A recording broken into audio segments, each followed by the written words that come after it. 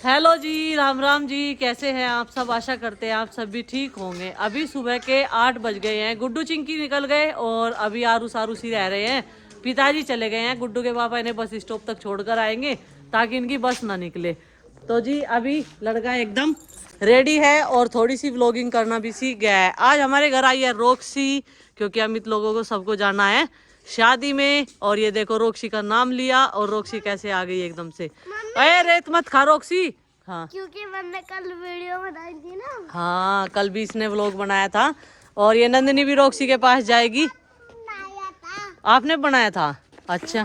और इनकी शरारतें चल रही है। उड़ा जाओ भाई, उड़ा जाओ। हेलो जी, राम राम जी। आप सब कैसे हैं? आप सब ठीक हो गए? गुड्डू चिंकी दीदी चले गई है स्कूल में। गाड़ी आने वाली है, टाइम हो गया। ये नंदा क्या खाया था करो? ओ भाई नहीं। नुका पानी पूरी कहाँ से आई थी? हेलमेट लगा दिया, हेलमेट। कहाँ से आई थी पूछ इससे। लाड कर दे नंदनी का, लाड लाड कर दे बस। राम राम बोल लो दोनों सबको। उरे को आके इनके लिए बनाए हैं आज हमने सैंडविच। और गुड्डू चिंकी खाकर भी चले गए, लेकर भी चले गए। आरुषि को उसकी मम्मी अभी ब्रेकफास्ट करा रही है। अभी आरुषि भी कर लेगी। चलो भाई, तुमने नहीं करना क्या कुछ? चलो, लंच रख दिया मैंने तुम्हारा। ठीक है, बहुत इजी लंच होता है इन दोनों का। और ये क्या ढूंढ रहे हैं आप? बिस्तर संगवा रहे हैं क्या? चार्जर ढूंढ रहा। चार्जर ये तो 15% ही रहेगा फोन। हाँ, ऐसा कर लो 100%। नंदनी लेगी फिर। आरुषि दीदी अभी जो खिला रही है। आरुषि, जो को खिलाने का समय नहीं है, चलो जल्दी से। आरुषि ना थप्पड़ दिखाया आरुष को। आरुष पूरा भाग गया एकदम से। ना ना ना। चलो बेटा, चलो चलो, इसे रखो यहीं। इसे आज नहला, कल को नहवाओगे इसे। चलो बैग उठाओ जल्दी जल्दी सारे बच्चे। लो पकड़ो। कोई बात नहीं माँ, वो क्या कुछ वो कर रहा, लगा देंगे यहाँ के। चलो ले भाई, पकड़ो बैग। माँ बैग छोड़ियो इन अड्डे तक। ये क्या कर रही इसके पीछे? हट जा, जाते मस्ती के मूड में है रुसिया। दीवार दीवार पे उछल जाएगी। आज छोटे लावांगे इनके कोट। कल भी नहीं गया था, कल इसके मम्मा आ गए थे। कई दिन हो गए सोच तो कोट इनके ज्यादा बड़े साइज के हैं ना ये। चलो, बड़ा साइज का है सब। हाँ चलो माँ छोड़िए ये ना, माँ पिताजी है, छोड़ खा दिए अड्डे तक। चलो बाय बच्चों, माँ के पैर तो छू लो।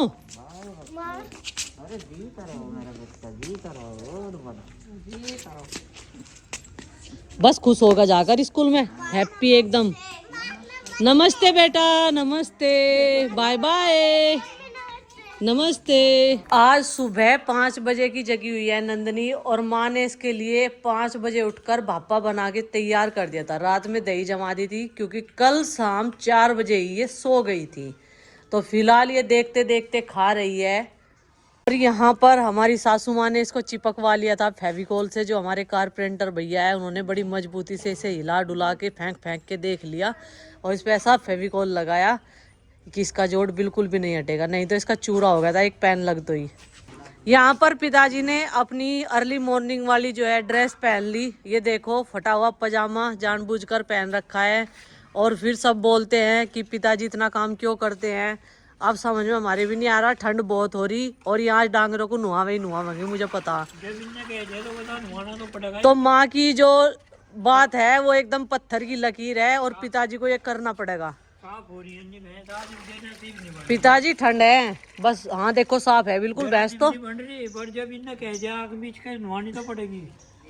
अब तो नुहानी पड़ेगी। आज और बातों ही बातों में पिताजी थोड़े से नाराज़ हो गए थे माँ से, क्योंकि माँ पिताजी को बोलती रहती है और पिताजी माँ को ब्लेम करते रहते हैं। वैसे तो पिताजी खुद ही बोल रहे थे कि भैंस को नहलाऊं या ना नहलाऊं, लेकिन हम लोग मना करते हैं डेली नहलाने के लिए, क्योंकि सर्दी बहुत ज़्यादा होती है। और ऐसे ही एक दूसरे को डिस्कस करते करते साथ में उन दोनों में मतलब बहस होने लगती है, और ये ज़्यादा दूर तक नहीं बढ़ती, क्योंकि हम लोग बीच में इंटरफेयर नहीं करते हैं, नहीं तो ज़्यादा बढ़ जाए। अगर घर के छोटे उसमें इंटरफेयर करें तो कभी भी बड़ों के बीच में नहीं बोलना चाहिए। वो तो मैं व्लॉग बना रही थी थोड़ा सा, इसीलिए पिताजी से पूछने लगी। फिर माँ को बोला कि माँ आपने कहा था, तो माँ बोली ना मैंने नहीं कहा था, पिताजी तेरे ही कह रहे थे कि नुआ दूँ या ना नुआ दूँ, दो मन और थे उनके, मैंने कहा नुआ दे।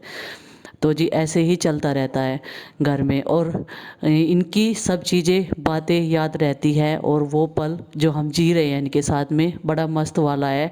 जो जी रहा है ना उसे ही पता है उस चीज़ का। बड़ा फ़नी होता है वो समय जब दोनों आपस में हंसी हंसी में बहस करने लगते हैं और पिताजी माँ को डांट लगाते हैं।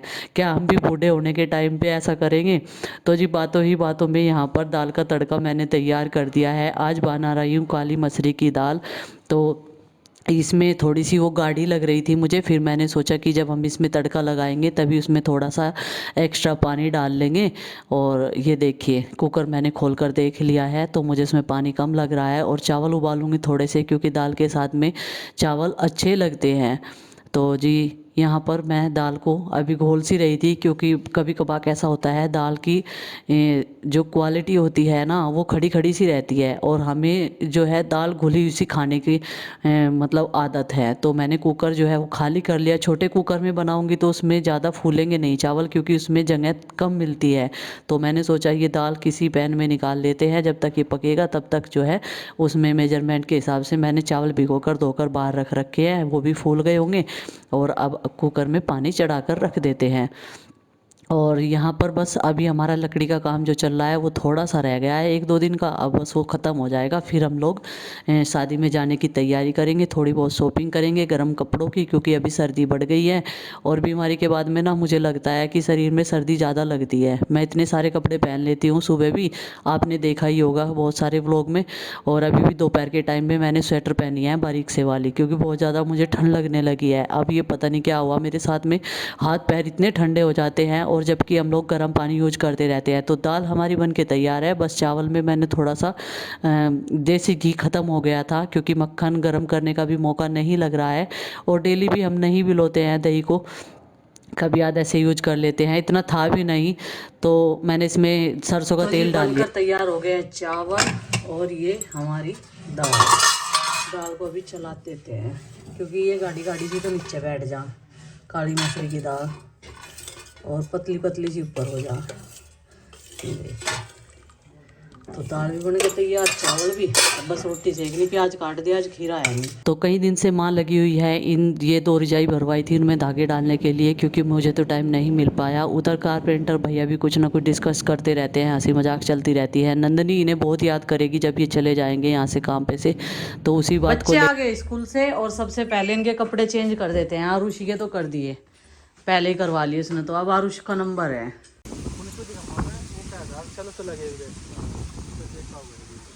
और आज आया है मेरे चाचा जी का लड़का। जब भी ये छुट्टी आता है तो मिलकर ज़रूर जाता है। तो मैं इसे घेर में लेके आई थी, गुड्डू के पापा बोल रहे थे चला तुझे घेर दिखा कर लाएंगे, तो बहुत खुश हुआ, बोल रहा है चलो बढ़िया है।